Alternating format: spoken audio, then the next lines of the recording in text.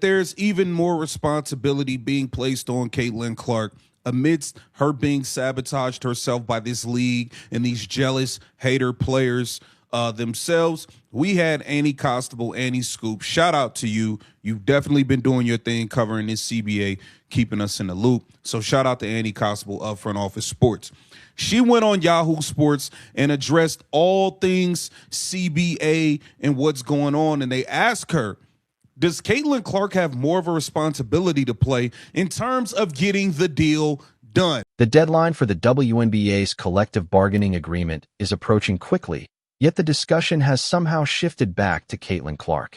Instead of focusing on the union leaders or the officials who have spent more than a year handling these negotiations, the spotlight has landed on Clark once again.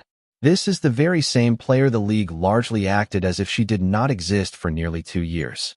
Now, however, the level of pressure being directed at her feels completely different. Is it really reasonable to expect Caitlin Clark to be the one who rescues the entire CBA agreement? Or is the responsibility being unfairly shifted onto someone who should not be carrying it alone? Share your honest thoughts in the comments because this debate deserves real discussion. Before going any further, though, let's address the most obvious point that many people involved in this conversation seem reluctant to say openly. Caitlin on the screen. I want to be fair, but also real for a second, right? Like, there is one player in the W that tomorrow could call up Saturday Night Live and host it. There's one player in the W that has that level of platform that everybody pays attention to. Knowing that, while I'm not saying it's her job to come in and fix a league and fix a problem here, we haven't heard a lot from her. She hasn't really used her platform or her voice in a strong way in this process. How much obligation should Caitlin feel at this point from her peers and from her league to stand up and try and help move this thing forward? The reality many people are ignoring is that Caitlin Clark already did exactly what critics now claim she has failed to do. She already spoke out. In fact, she was the first high-profile player to publicly state that the league needed to move forward and play the season. She did not quietly float the idea in a private group chat or disguise it through a vague social media post. Instead, she said it clearly and directly during the USA basketball training camp in North Carolina, at a time when many of the loudest voices around the WNBA were still posting messages about knowing their worth and refusing to back down. Clark was the one who went first, and the backlash was immediate. Online criticism piled on instantly. Social media accounts connected to WNBA media shared her remarks alongside mocking memes, and one widely shared response labeled her statement as a very anti-union position. Other players were quoted saying the team would not take the court until they received everything they believed they deserved, making the message obvious. Clark had crossed a line by even mentioning compromise when the accepted stance was total resistance. So she spoke up, and she was attacked for it. Now, only weeks later, the same media environment is asking why she has not spoken up more. The pattern is not difficult to recognize. The frustrating part is simply watching it repeat itself in real time. You know, I certainly don't want to speak for Caitlin by any means, but what I've gathered, having covered Caitlin for years now, even going back to Iowa, covering some of her tournament games at Iowa, I think she's always been a very calculated person. And in the current stage of her schedule, she's not playing anywhere right now. So her media obligations are very limited. So when you look at these other players who are being more vocal, it's not necessarily because they're going out of their way to speak to the media. They are obligated to in different settings, whether it be Unrivaled, Athletes Unlimited. Now, Neko Gumike, the president of the WNBPA, has certainly made herself available. Different members of the executive committee have certainly made themselves available. But when it comes to other players who are not necessarily in union leadership, that access has been limited. And so I get what you're saying in the sense of like Caitlin is the face of the league. She has power. When she speaks, people listen. That's very valid, but she's also a very calculated person when she does speak. And I think the people leading these negotiations Annie Costello appeared on Yahoo Sports and presented the issue as a discussion about Caitlin Clark and her supposed responsibility. The wording was cautious, even including the disclaimer that fixing the league is not technically Clark's duty. Yet the way the question was framed still suggested that she has not done enough. The panel that followed treated the topic as if it were a fair and balanced inquiry, rather than recognizing what it actually overlooked. The reaction Clark faced the last time she publicly shared her opinion. Another participant in that same discussion delivered what was arguably the most accurate observation of the entire segment, though it was quickly brushed aside. Clark is only in her third season in the league, while the individuals handling the CBA negotiations for the players are experienced veterans who have already gone through several rounds of collective bargaining. Nneka Agwamike, the president of the Women's National Basketball Players Association, has been available to the media during this process. The union also operates with an executive committee and official spokespeople. In other words, there is already an established system in place with clearly designated voices responsible for representing the players. If you're Caitlin, is it your job to supersede player leadership? I don't think that is a tactic that seems like one Caitlin would ever take on. Now, she will be at USA Basketball this weekend. A lot of us will be there. So that will certainly be a moment that we're going to hear from her regarding CBA negotiations. We heard from her during USA Camp in North Carolina. But as far as her putting herself in a position that isn't required to speak up, I just don't know. Yeah, that seems like something. Expecting Caitlin Clark, a player in just her third season who is still figuring out how every layer of the league functions, to step ahead of union leadership and shape the entire negotiation narrative is not a fair demand. In reality, it contradicts how a healthy union is supposed to operate.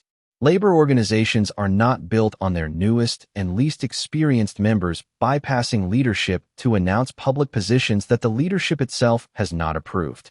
That is not unity or solidarity. It creates confusion and disorder.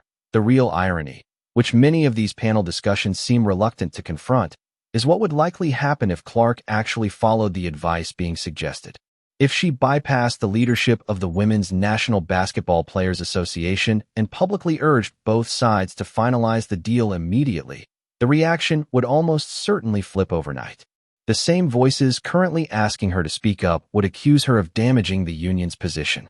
They would argue that she was weakening collective leverage and undermining the organization.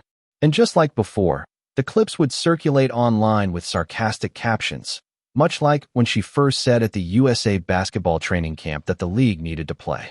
Doing more, she should be the reason, the voice of, why the season happens. But at the same time, all y'all do is hate on her. All y'all do is call all her fans racist. What do y'all really want from her? What do y'all really want? You know what I mean? It's like no matter what she does, y'all are going to complain. If she goes and speaks out and says, hey, we need to play, the players are going to be mad because she's not saying, they should just get a 30% revenue share or whatever. Like, no matter what she says. In the current media climate, there really is no outcome where Caitlin Clark speaking about the CBA works in her favor. If she remains silent, critics say she is failing to use her platform. If she voices support for the players' toughest stance, people claim she is simply playing to the crowd. If she leans toward compromise, the accusation becomes that she is acting against the union. The backlash appears no matter which path she chooses, which suggests the criticism is not actually tied to her actions at all.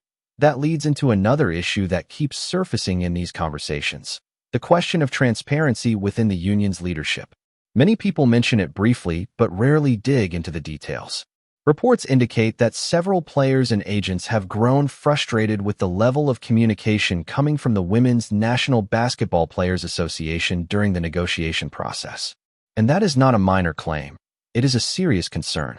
Collective bargaining only functions properly when the people being represented feel confident that they are receiving clear and honest updates about what is being negotiated on their behalf. If players and their agents are heading into the final days before the March 10th deadline unsure about the current status of talks, that signals a breakdown in union communication. In a situation like that, The responsibility lies with leadership to ensure everyone involved understands where negotiations stand and what is being discussed. Yet the public conversation keeps circling back to Caitlin Clark. Nneka Ogwumike serves as the president of the Women's National Basketball Players Association.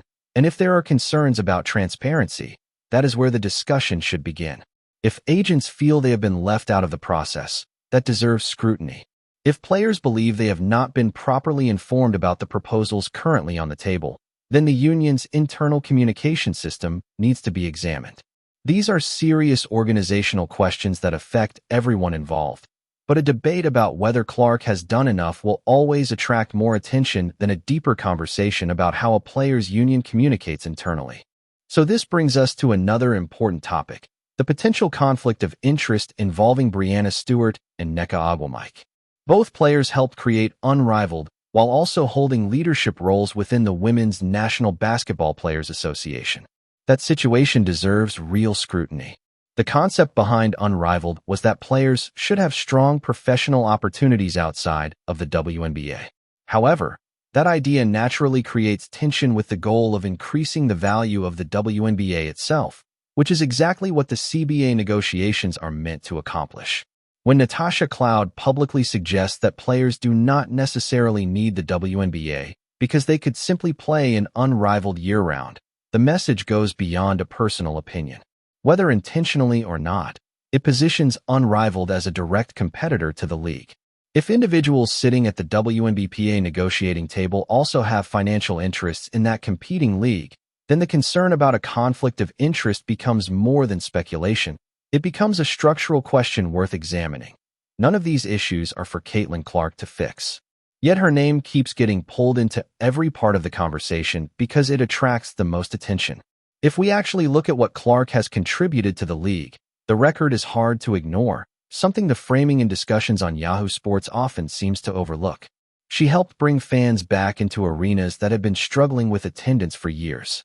Away games began selling out simply because Caitlin Clark was scheduled to appear. Television ratings, something the WNBA had struggled with for years, surged when she was on the court. When she suffered an injury last July and missed time, those viewership numbers reportedly dropped by nearly 50%. Before that injury, the 4 most-watched matchups of the entire 2025 season all featured the Indiana Fever, highlighting just how much attention her games were generating. As a rookie, Clark also pushed the league to introduce spot bonuses for visiting players. Her reasoning was straightforward.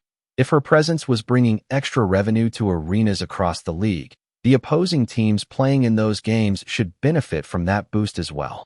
That kind of request does not come from someone who is unconcerned about the financial well-being of other players. Instead, it reflects someone who recognized the value she was helping create and immediately looked for ways to share those benefits with the athletes around her.